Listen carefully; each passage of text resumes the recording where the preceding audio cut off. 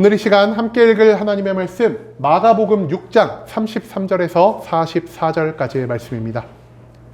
신약 성경 62페이지 마가복음 6장 33절에서 44절까지의 말씀, 여러분들을 대표해 제가 말씀 읽도록 하겠습니다.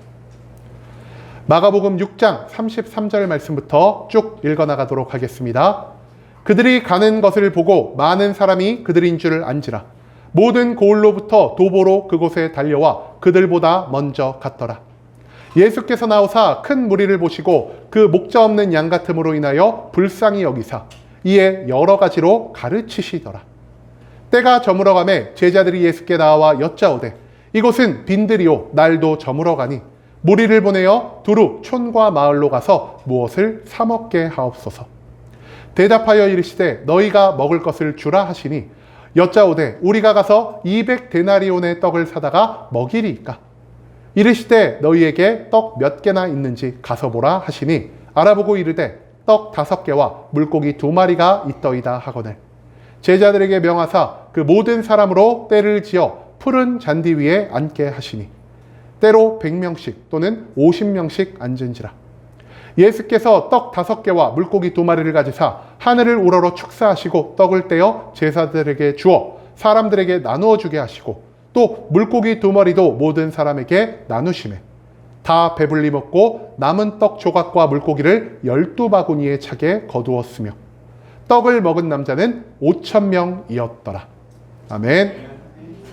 오늘 이 시간 우리는 무엇을 걱정하는가 라는 제목을 갖고 오늘 우리가 읽은 하나님의 말씀 함께 나누는 시간 갖도록 하겠습니다.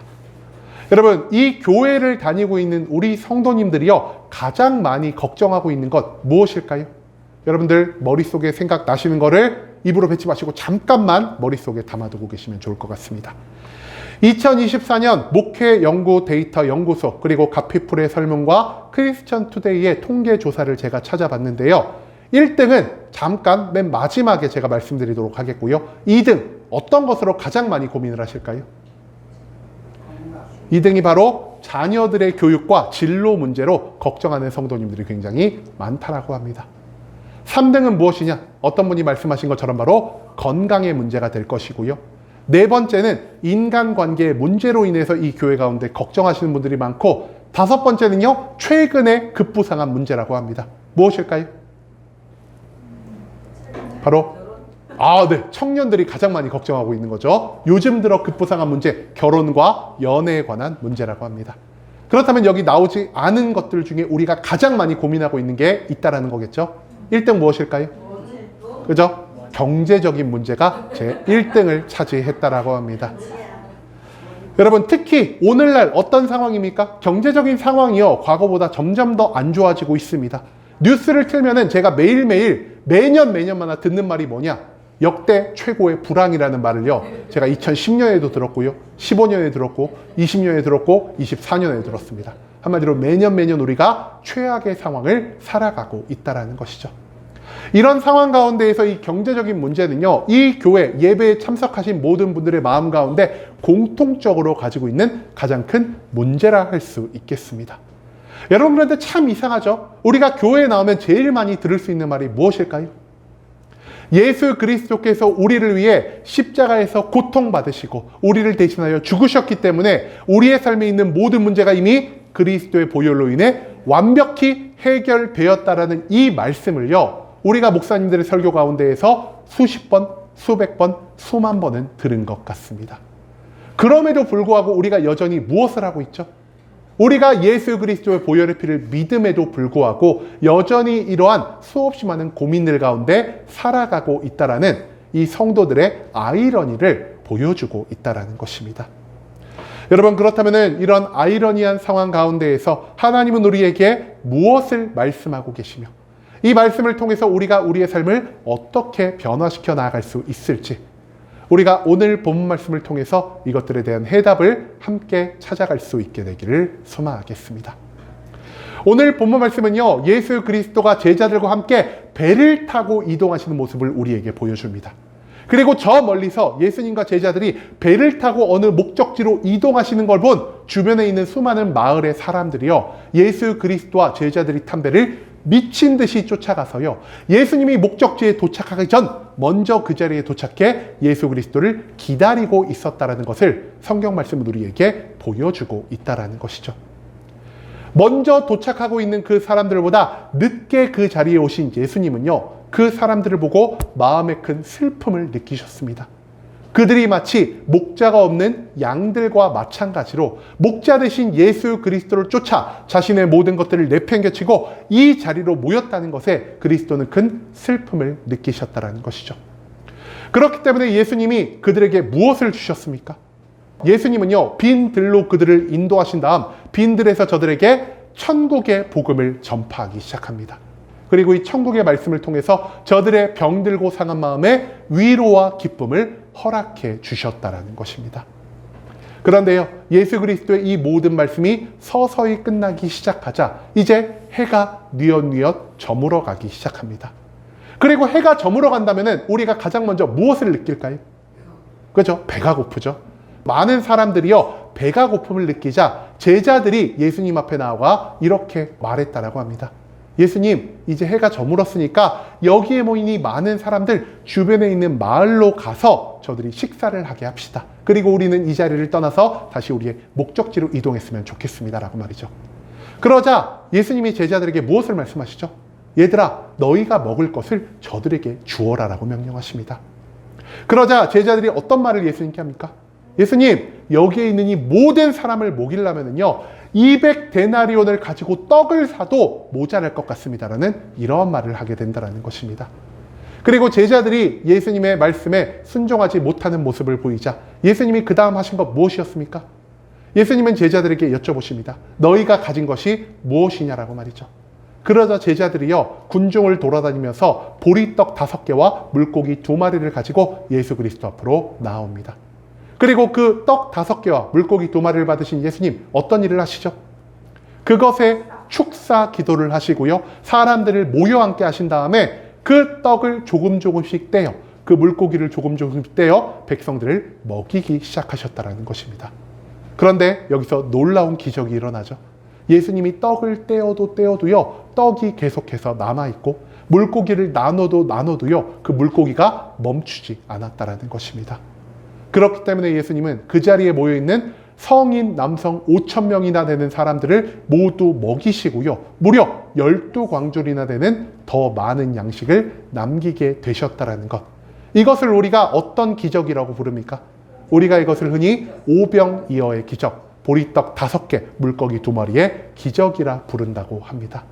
여러분, 그리고 이처럼 예수 그리스도께서 오병이어의 기적을 이 백성들에게 보이시고 백성들의 배를 채워주심으로 오늘 본문에 있는 모든 말씀이 마무리되게 되었다는 것이죠. 여러분, 이 오병이어의 말씀은요, 교회를 조금이라도 다니신 분들은 너무나 익숙하게, 너무나 여러 번 들었을 만한 그런 말씀이라 할 수 있겠습니다.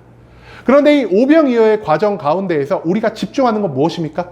우리는요, 단순히 예수님이 많은 식량을 만드셔서 사람들의 배를 채워주셨다는 이 기적의 부분에만 집중하는 모습을 보이고 있다는 것입니다. 하지만 오늘 본문 말씀 가운데에서 하나님이 우리에게 주신 이 오병이어의 말씀을 온전히 이해하기 위해서는요, 우리가 크게 4가지의 부분에 집중할 필요가 있다는 것을 우리가 먼저 나눌 수 있기를 소망합니다.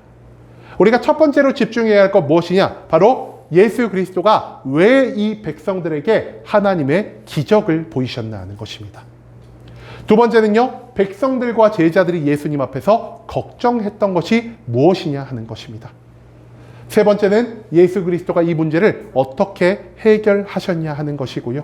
그리고 마지막 4번째, 왜 예수님은 굳이 모든 백성들을 먹이시고 난 다음 12광주리를 남기셨냐 하는 것입니다. 이 4가지에 대한 의문을 우리가 해결해야만 이 말씀을 통해 하나님이 우리에게 가르쳐 주시고자 하는 모든 천국의 비밀이 무엇인지를 우리는 온전히 깨달을 수 있게 된다는 것이죠. 그렇기 때문에 우리가 이 시간 가장 먼저 왜 예수 그리스도가 백성들에게 기적을 보이셨는지를 함께 알아보고자 합니다. 여러분, 오늘 본문 말씀에 가장 먼저 등장하는 것 무엇이죠? 예수님이 배를 타고 이동하실 때 그 주변에 있는 모든 마을에서 예수님과 제자들이 배를 타고 이동하시는 걸 본 사람들이요, 미친 듯이 예수 그리스도의 뒤를 쫓아 예수님이 그 목적지에 도착하기 전 먼저 그 자리에 도착하는 이러한 모습을 우리가 찾아볼 수 있게 된다는 것입니다. 그런데 우리가 여기서 한 가지 먼저 생각해 봐야 할 건 무엇이냐? 예수 그리스도의 뒤를 미친 듯이 쫓았던 이 백성들은 과연 어떤 사람이냐 하는 것입니다. 여러분, 이 사람들 어떤 사람들이었을까요?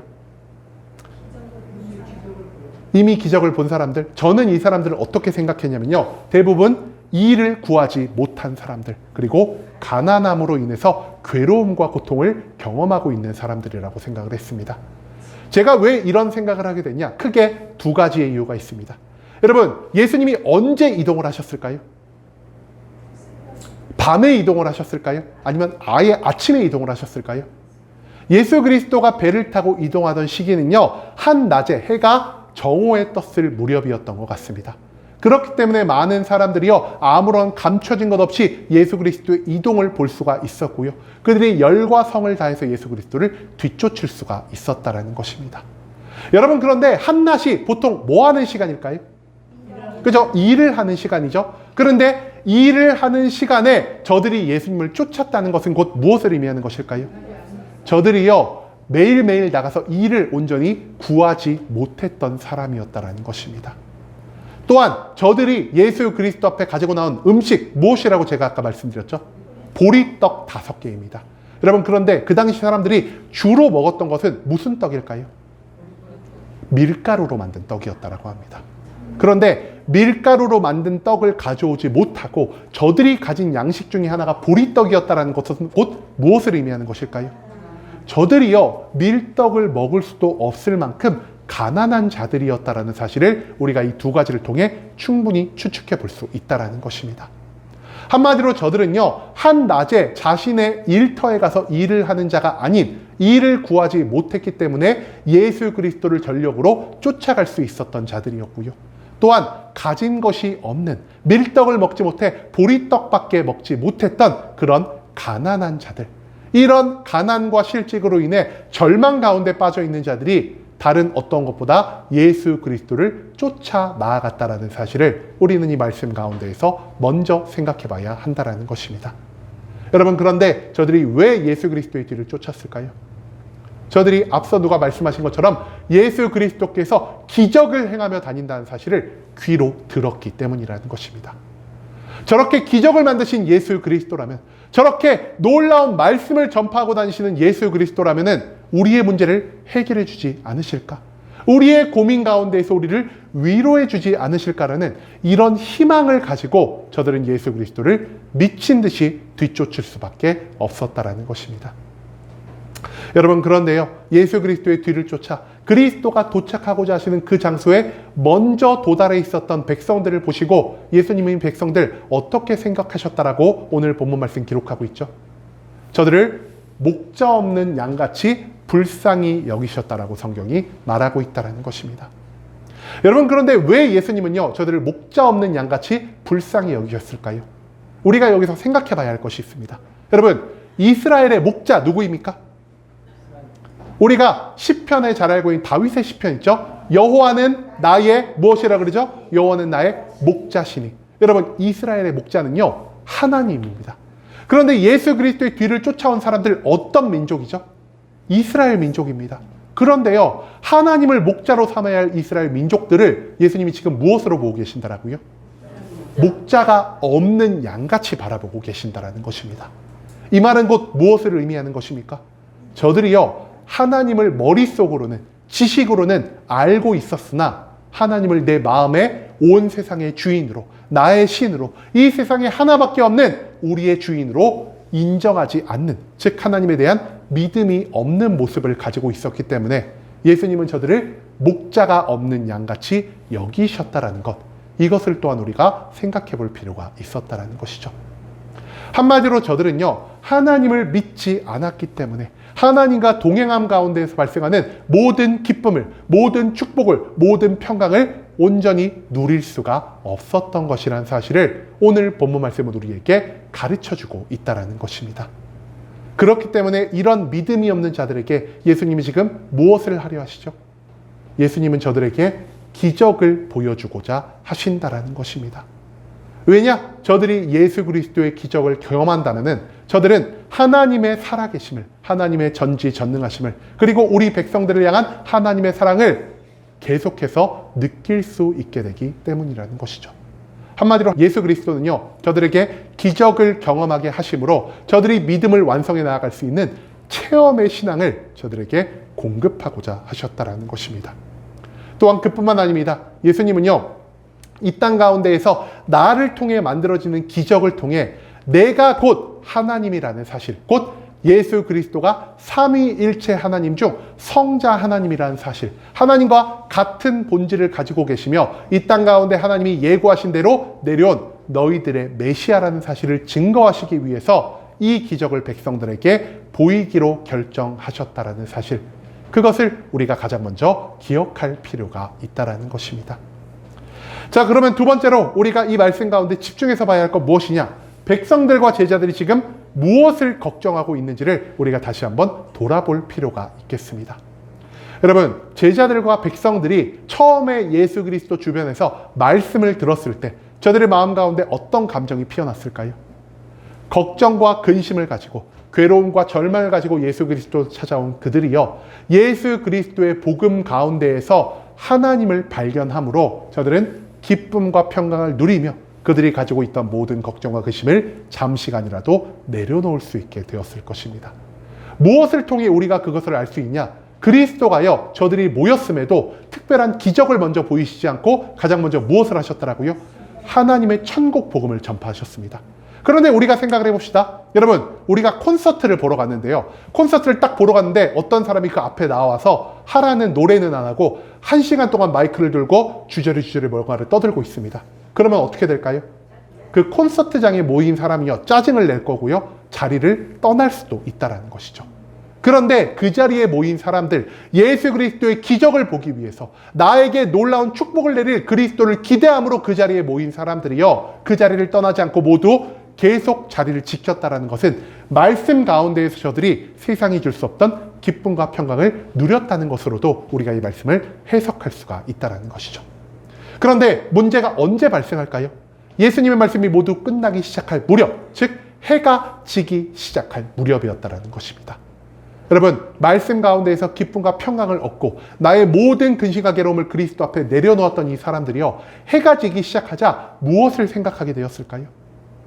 해가 지기 시작하자 아까 어떤 분이 말씀하신 것처럼 배고프다, 이거를 생각했을 수도 있을 것 같고요. 또 오늘은 예수님의 말씀을 들으면서 내 마음에 기쁨이 있었는데 내일은 내가 무슨 일을 하고 내일은 내가 어떤 방식으로 우리 가족의 생계를 책임질까라는 이러한 걱정과 근심에 빠지기 시작했다는 것입니다. 한마디로 그리스도의 복음 가운데에서 하나님이 주시는 기쁨과 평강을 이미 맛보았음에도 불구하고 저들은 여전히 저들의 시선을 하나님께로 고정하는 것이 아니라 이 현실에 고정하며 하나님보다 문제를 크게 바라보고 있는 어리석음을 보이고 있다는 사실을 우리는 이 말씀을 통해서 기억할 필요가 있다는 것이죠. 여러분, 저들은 말씀을 통해서 하나님을 배웠습니다. 하지만 말씀을 통해서 하나님을 배웠을 뿐 여전히 저들은 현실에 있는 문제를 하나님보다 크게 여기고 있었다는 사실, 그것을 오늘 본문 말씀은 우리에게 알려주고 있다는 것이죠. 자, 그리고 세 번째로 오늘 말씀 가운데에서 우리가 집중해서 봐야 할 것 무엇이냐? 바로 예수 그리스도가 이 문제를 어떻게 해결하셨냐라는 것이죠. 여러분, 예수님이 이 문제 어떻게 해결하셨습니까? 아까도 우리가 나눈 것처럼 예수님은 오병이어의 기적을 저들에게 경험하게 해주셨습니다. 그런데 보리떡 5개와 물고기 2마리로 이 5,000명이 넘는 사람을 먹이기 전 예수님이 제자들에게 어떤 요청을 하셨죠? 얘들아, 너희가 저들에게 먹을 것을 주어라라는 요청을 하셨다는 것입니다. 그런데 이 말을 듣고 제자들이 예수님께 어떤 반응을 하죠? 예수님, 이 모든 사람들을 먹이려면은 최소한 200데나리온 이상이 되는 돈과 떡이 필요할 것입니다라는 이 말을 하게 되었다는 것입니다. 여러분, 200데나리온 어느 정도의 가치를 지니고 있었을까요? 그 당시에 노동자 한 명이요, 하루 종일 일해서 벌 수 있는 품삯의 금액이 1데나리온이었다고 합니다. 한마디로 한 명의 노동자가 200일 동안 쉬지 않고 일을 해야 모을 수 있는 돈이 바로 200데나리온이었다는 것이죠. 오늘날에 우리가 막노동 하루 하면 얼마 정도 벌 수 있을까요? 대략 한 10만 원에서 15만 원 사이를 벌 수 있는데요. 이 당시에는요, 우리가 지금 책정하는 노동의 가치보다 훨씬 더 그들이 제공한 노동의 가치가 낮았다라는 것을 감안해 봤을 때 1데나리온은 오늘날로 치면 대략 5만 원 정도의 가치를 하는 것으로도 우리가 추측해 볼 수 있을 것 같습니다. 그렇다면 200데나리온 대략 어느 정도의 가치를 지니고 있는 것일까요? 한 1000만 원 정도 이상의 가치를 지니고 있는 것으로 우리가 생각해 볼 수 있다는 것이죠. 여러분, 1000만 원인데요. 그 당시에 모인 성인 남자의 숫자만 5,000명이었다고 합니다. 그러면 어린아이와 여자까지 합하면 여기에 모인 사람들이 대략 몇 명 정도가 되었을까요? 최소한 10,000명 이상은 넘어갔을 것이라는 사실을 우리가 추측해 볼 수 있다는 것이죠. 1000만 원을 가지고 10,000명이 밥을 먹습니다. 한 사람에 어느 정도의 돈이 들어갈까요? 한 사람에 1,000원 정도밖에 돌아가지 않습니다. 한마디로 저들에게 최소한, 즉 배가 굶어 죽을 지경의 사람에게 목숨만 붙여 놓을 정도로 식사를 공급하는 것이 200데나리온이었다는 것을 제자들은 말하고 있다는 것입니다. 그런데요, 여기서 한 가지 또 큰 문제가 있습니다. 200데나리온이 있다라고 해서 1만 명이란 사람을 동시에 먹일 수가 있었을까요? 오늘날처럼 이 시대는요, 마트가 있거나 시장이 있는 시대가 아닙니다. 그래가지고 이 사람들이 200데나리온 분량의 떡을 얻으려면요, 주변에 있는 모든 마을로 흩어져서 그 마을에 떡을 돈을 주고 각각 가정에 들어가 사야 하는 이러한 일을 해야 했다라는 것이죠. 한마디로 제자들은요, 세상적인 방법으로 예수 그리스도가 그들에게 주신 문제를 해결하려는 모습을 보였다라는 것입니다. 하지만 이 세상적인 방법으로도 여전히 그들에게 처한 이 생계에 관련된 문제, 배고픔에 관련된 문제를 해결할 수가 없었다라는 것을 오늘 이 본문 말씀 가운데에서 우리는 찾아볼 수가 있었다라는 것이죠. 여러분, 예수님은 이 문제를 어떻게 해결하려 하셨습니까? 더 많은 돈을 만들어내고 갑자기 주변에 마트가 생기게 함으로, 시장이 생기게 함으로 이 문제를 예수님은 해결하지 않으셨습니다. 예수님은 제자들이 생각한 것과는 정반대로, 즉 세상의 방법이 아닌 하나님의 방법으로 이 땅 가운데 발생한 모든 생계에 관련된 문제를 해결하고자 하셨다는 것이죠. 여러분, 하나님이 어떤 분이십니까? 하나님이 광야 가운데에서 가장 큰 기적을 보이신 게 무엇일까요? 그죠? 매일매일 이스라엘 백성들에게 만나와 메추라기를 공급하셨다는 것입니다. 한마디로 아무런 먹을 것이 없는 곳, 굶어 죽을 수밖에 없는 그곳에서 무려 40년 동안이나 이스라엘 백성들의 생계를 책임져 주신 것이 바로 하나님의 능력이요, 하나님의 방법이었다는 것이죠. 그렇기 때문에 예수 그리스도도요, 광야 가운데에서 만나와 메추라기를 백성들에게 공급하신 것처럼 아무것도 없는 이 빈 뜰에서 하나님의 전지전능함을, 하나님의 사랑을 통해 이 땅 가운데 배고파하는, 굶주리고 있는 모든 백성들에게 양식을 공급하려 하셨다는 사실을 우리는 배울 수 있게 된다는 것입니다. 그리고 마지막, 예수 그리스도가 모든 백성들을 먹이시고 무려 몇 광주리가 남았다고 성경 말하고 있습니까? 무려 12광주리가 남았다는 것을 우리가 찾아볼 수가 있을 것입니다. 그런데 우리가 여기서 조금 의문이 드는 것이 있을 것입니다. 왜 12광주리가 남았을까요? 예수님이 사람 수를 잘못 계산하셔서 그랬을 걸까요? 아니면은 예수님이 자기가 능력을 발휘해야 하는 것 이상으로 더 과하게 능력을 발휘하셔서 이 모든 것을 먹이시고 12광주리가 남은 것일까요? 여러분, 예수님은요, 모든 것을 아시는 분이시고요, 모든 것을 할 수 있으신 분이십니다. 그렇기 때문에 그 자리에 10,000명의 사람이 있다면요, 10,000명의 사람이 먹을 분량을 정확히 계산하시고 그 사람이 먹을 분량만큼 정확히 모든 것을 공급하실 수 있는 능력이 있는 분이 바로 예수 그리스도셨다라는 것입니다. 그럼에도 불구하고 여기서 12광주리가 남았다라는 것은 예수님이 12광주리를 통한 특별한 무언가를 우리에게 가르쳐주고자 하시는 의도가 있었던 것이다라는 것, 이것을 우리가 생각해 볼 필요가 있다는 것입니다. 여러분, 성경 속에서 10이라는 숫자는 무엇을 의미하는 것일까요? 우리가 12 하면 가장 먼저 무엇이 떠오르죠? 이스라엘의 12지파 또는 예수 그리스도의 12제자가 먼저 떠오를 것입니다.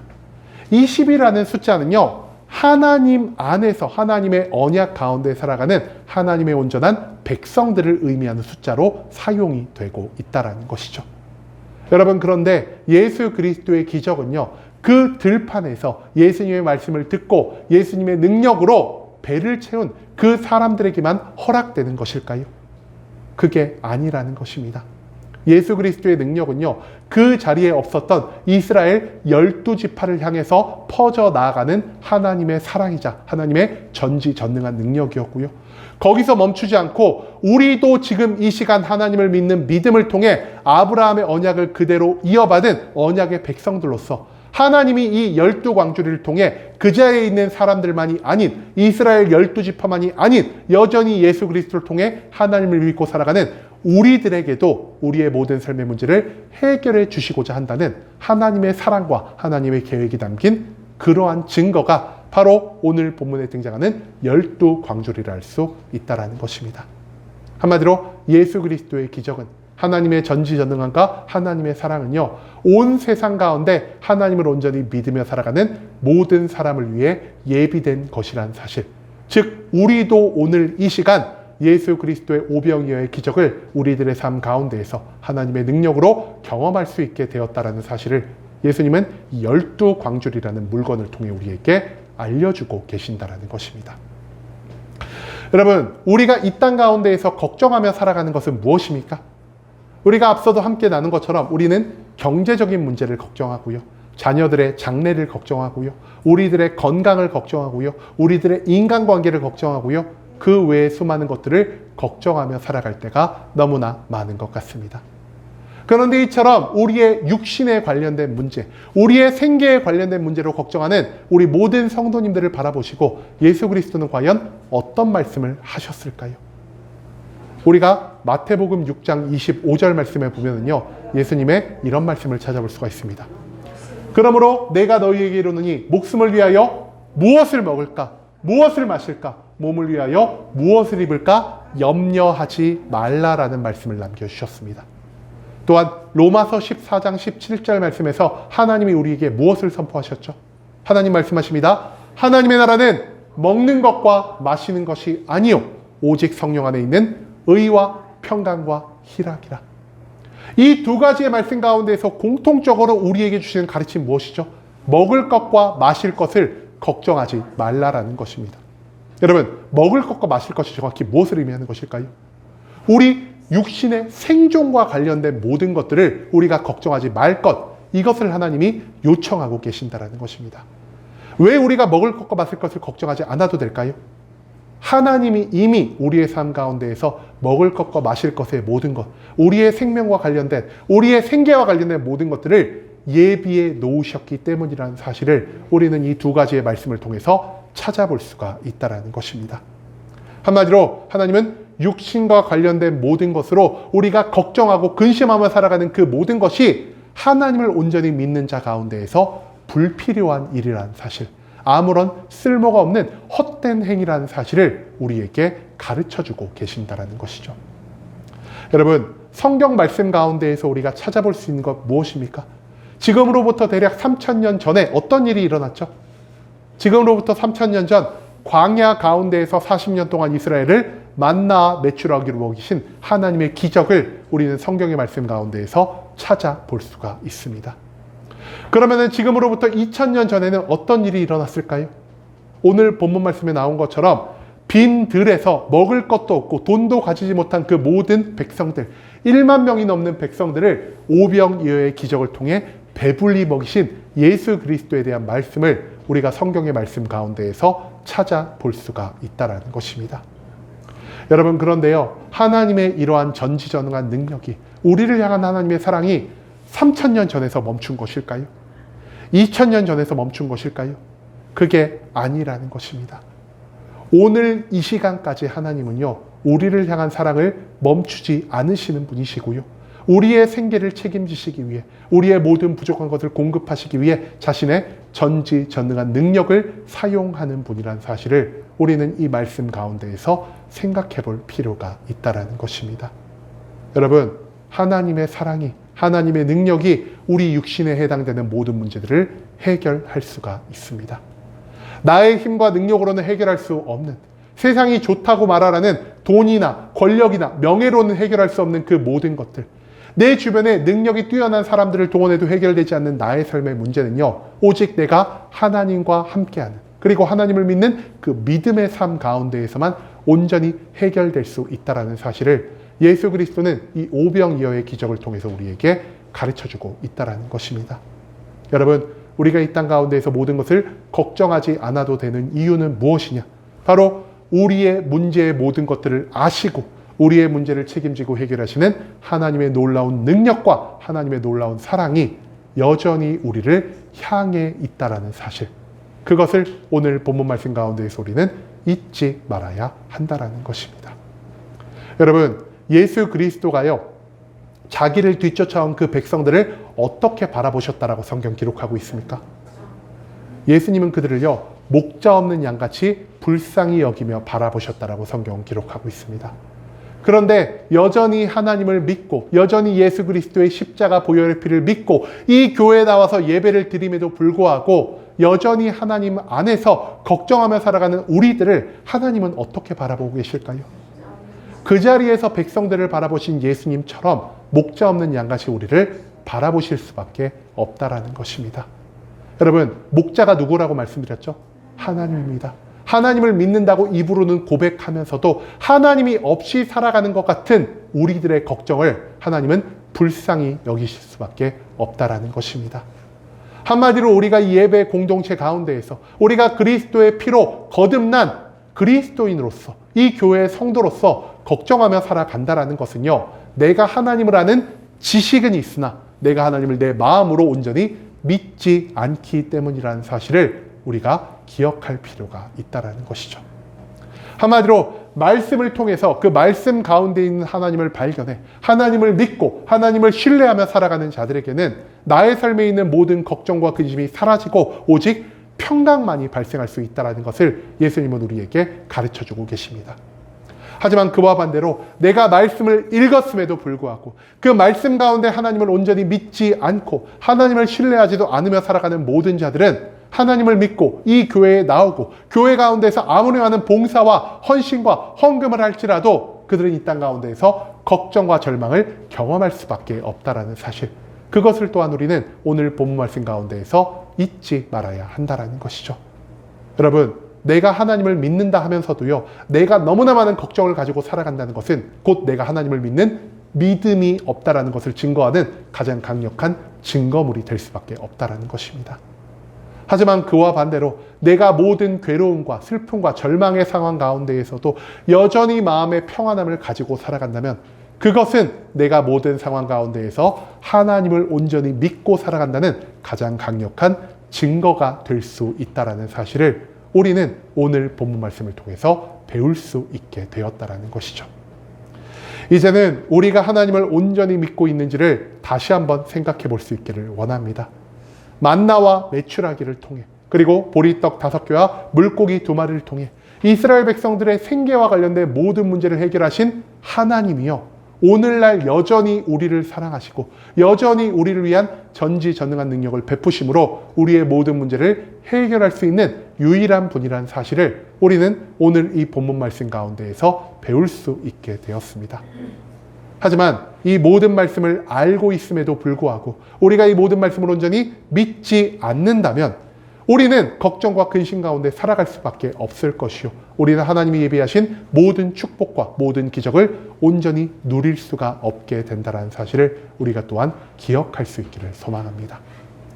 이제는 내 걱정과 나의 근심이 나의 삶에 발생하는 모든 문제를 해결하는 것이 아닌 나를 살아가시고 전지전능하신 하나님, 그리고 그 하나님을 믿는 나의 믿음이 나의 삶 가운데에서 이미 모든 문제를 해결했다라는 이 확신을 가지고 살아가는 자들만이 이 땅 가운데에서 하나님의 기적과 축복을 경험한다는 사실을 확신함으로 우리가 걱정하고 근심하기 전 먼저 하나님 앞에 나와 하나님을 온전히 믿고 하나님께 우리의 모든 걱정, 근심을 내려놓으며 나아갈 수 있는 순복음 함께하는 교회 모든 성도님들이 될 수 있길 간절한 마음으로 소망하겠습니다.